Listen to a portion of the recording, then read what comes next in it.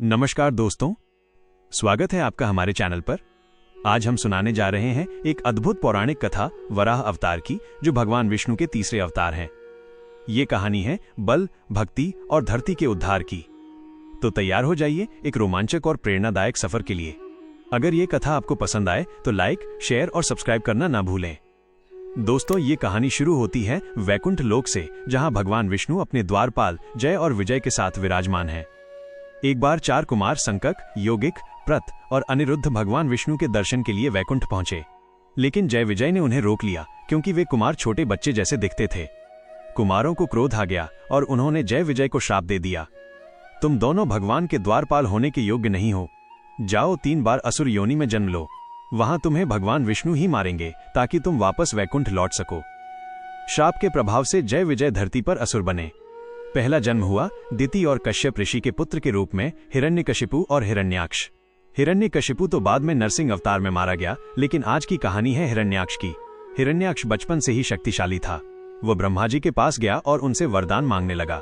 ब्रह्मा जी प्रसन्न हुए और बोले, कहो पुत्र, क्या वरदान चाहिए? हिरण्याक्ष ने कहा, मुझे अमरत्व दें। कोई देवता, दानव, गंधर्व, यक्ष, राक्षस या मनुष्य मुझे न मार सके। ब्रह्मा जी ने आंशिक वरदान दे दिया, लेकिन अमरत्व तो भगवान ही देते हैं। हिरण्याक्ष अभिमानी हो गया। बात उस प्राचीन काल की है जब संसार में अधर्म अपने पंख फैला रहा था। एक शक्तिशाली असुर हिरण्याक्ष, जिसके दिल में अहंकार का जहर भरा था, ने देवताओं और धरती पर अत्याचार शुरू कर दिया। उसका बल इतना प्रचंड था कि उसने अपनी शक्ति से पूरी पृथ्वी को उठा लिया और समुद्र की अथाह गहराइयों में डुबो दिया। धरती माता, जो भूदेवी के रूप में थी, संकट में थी।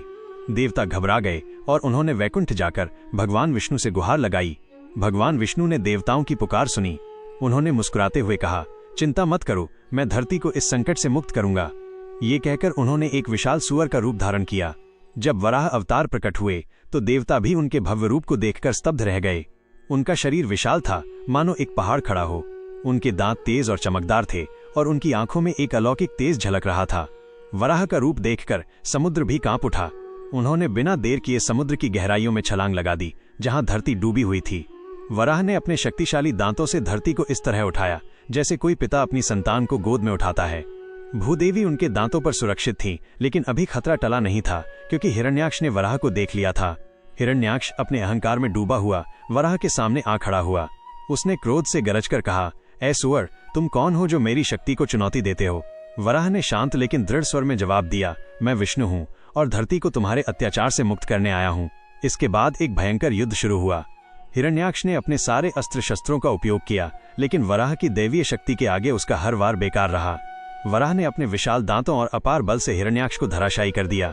एक अंतिम प्रहार में वराह ने हिरण्याक्ष का वध कर दिया। असुर के अंत होते ही देवताओं ने आकाश से पुष्प वर्षा की और स्तुति गाई। वराह ने शांति से धरती को समुद्र से बाहर निकाला और उसे सुरक्षित स्थान पर स्थापित किया। भूदेवी ने उनके चरण छुए और कहा, हे विष्णु, आपने मुझे नया जीवन दिया। वराह अवतार की ये कथा केवल एक युद्ध की कहानी नहीं है। ये हमें सिखाती है कि जब भी अधर्म अपना सिर उठाएगा, भगवान अपने भक्तों की रक्षा के लिए अवतार लेंगे। वराह अवतार पृथ्वी के संरक्षण और धर्म की पुनर्स्थापना का प्रतीक है। उनकी कथा हमें बताती है कि प्रकृति का सम्मान करना और उसकी रक्षा करना हमारा कर्तव्य है। इस कहानी से हमें ये भी सीख मिलती है कि शक्ति का उपयोग दूसरों की सेवा और रक्षा के लिए करना चाहिए, न कि अहंकार के लिए। तो दोस्तों, ये थी वराह अवतार की प्रेरणादायक और रोमांचक कथा। आपको ये कहानी कैसी लगी? कमेंट बॉक्स में जरूर बताएं। लाइक बटन दबाइए, अपने दोस्तों के साथ शेयर कीजिए और हमारे चैनल को सब्सक्राइब करना न भूलें। अगली वीडियो में हम ला रहे हैं एक और रोचक पौराणिक कथा, तो बेल आइकन जरूर दबाएं। नमस्ते और जल्द ही मिलते हैं।